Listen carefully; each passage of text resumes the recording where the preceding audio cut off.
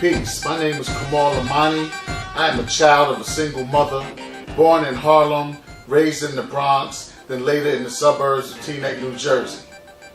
I work currently with students and youth, what they consider at-risk youth. I work with them every day. I love them, and I learn a lot from them, and they learn a lot from me. And one of the things that I want to stress is that, it's not always all good in the hood. I'm familiar with the hood. Even when I lived out here in Jersey, I still rode into the inner cities of Patterson and Elizabeth and Newark. And in New York City, I used to hang out in Far Rockaway, Queens, and Edgemere Projects, Canarsie a little bit over there, the Bronx, Stevenson Commons. So I was always running back to the city because we were in close proximity, 10 minutes away here in Teaneck, New Jersey. All right, so it seemed like when my people tried to get me out of the city and out of the hood and away from the drugs and the sex and the crime, it was still there in the suburbs. So I'm familiar with the streets and I'm familiar with the sweets. I was able to luckily and fortunately make it through the blessings of God to this point, all right, where I want to give back to the young people. And one of the main things I want to say is that, listen, it's bigger than the hood. It's bigger than the ghetto, and it's bigger than the inner city. It's bigger than the hood, it's bigger than the ghetto, and it's bigger than the inner city. Glorification of the ghetto is not what's up. All right, it's only the ghetto because we choose not to clean it up. We choose not to respect it. Other people have buildings that they call projects and they end up being condominiums or luxury apartments, only because of the value that they place on it and that they keep it clean and they respect it.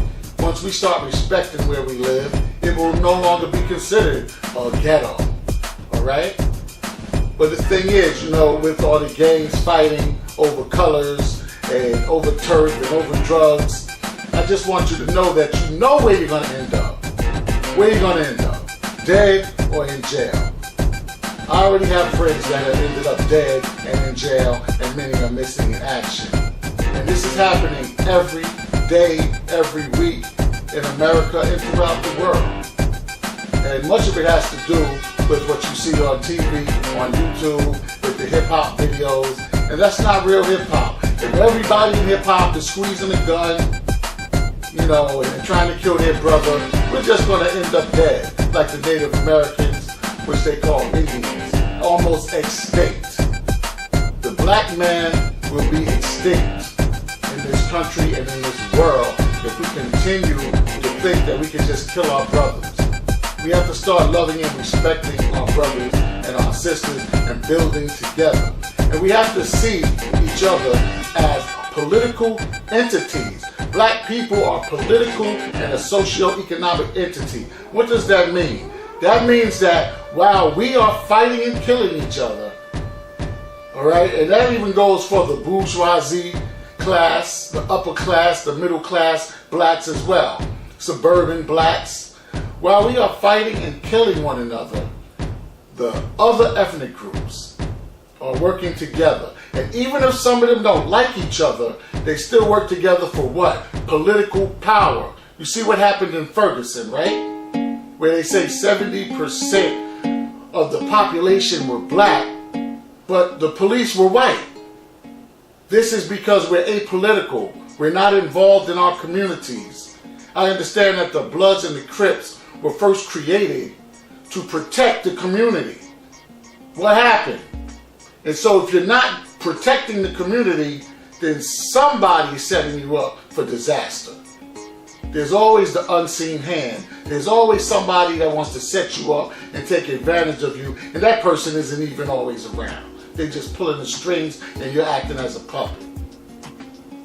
So what I want to say to the young men, as well as the young women, is learn a trade. Learn something that people will need, that you can make money off of, a legal hustle, plumbing, computers, nursing, mechanics, HVAC, carpentry, construction. Learn something, medical technician, billing, accounting. Learn a skill or a trade that you can use for the rest of your life. Make a legal hustle, get you a nice place to live, a nice car, without having to always watch your back, wondering about the police or some enemy gang member coming for you, or some drug dealer that's in competition with you coming for you. Okay? Get yourself a trade. Go to school. Stay in school. If not, get your GED. But it's very important to have credentials nowadays. If you don't have credentials, if you're not certified in something, you're going to have a very hard time being successful in this economy. Now, what's your alternative again? Being dead or being in jail or going crazy. Okay, and we don't want that. There are people out here like myself that love you and care about you. And I want you to know too that because your mother might not be around or might not be right in her mind, or your father might not be around or might not be right in his mind, or because you think you are a mistake or oopsie, I'm going to let you know right now, regardless of what anybody says, there's a creator who created you. So you are not a chance. You are not here by happenstance. You are not here by chance. You are valuable in the sight of Almighty God. You are somebody, and you have a purpose, and that's why no matter what your environment was, no matter what the conditions were, out of all those millions of sperm, you made it to that ovum and fertilized that ovum, and you are here. Now, what you going to do with God's gift and God's talent? Are you going to throw it away, trying to follow your peers, trying to be cool, trying to have swag? You're going to throw it away because of the next man, what the next man thinks? Or you going to be a leader and live your dreams, have a vision, have goals, have objectives, set them, go for them by any means necessary. The real warrior is the warrior within. It's challenging yourself to get out of your comfort zone. It's challenging that little angel's here and that little devil's here, and they're fighting. And that little angel has to win over that little devil. It has to win. The voices that's inside your head and inside your heart, you have to let the positive voice master the negative voice. And I'm going to tell you something else. These women out here, these young women, they are not dots. Those hoes or whatever you call them, they're not dots. They're not hoes. They're not bitches. These are also women from God, the Creator. And they were put here to help you in your journey and you to help them in their journey. So get with a nice young lady and help her to succeed. And nice young ladies get with nice young men and help them to succeed. And come together and just be honest with each other. If you think that you can't be in a commitment, let them know up front. If you're going to be in a commitment, be honest. If you want to just be friends, be friends. And being friends is a good thing. It's not all about trying to hit and run. It's not all about that.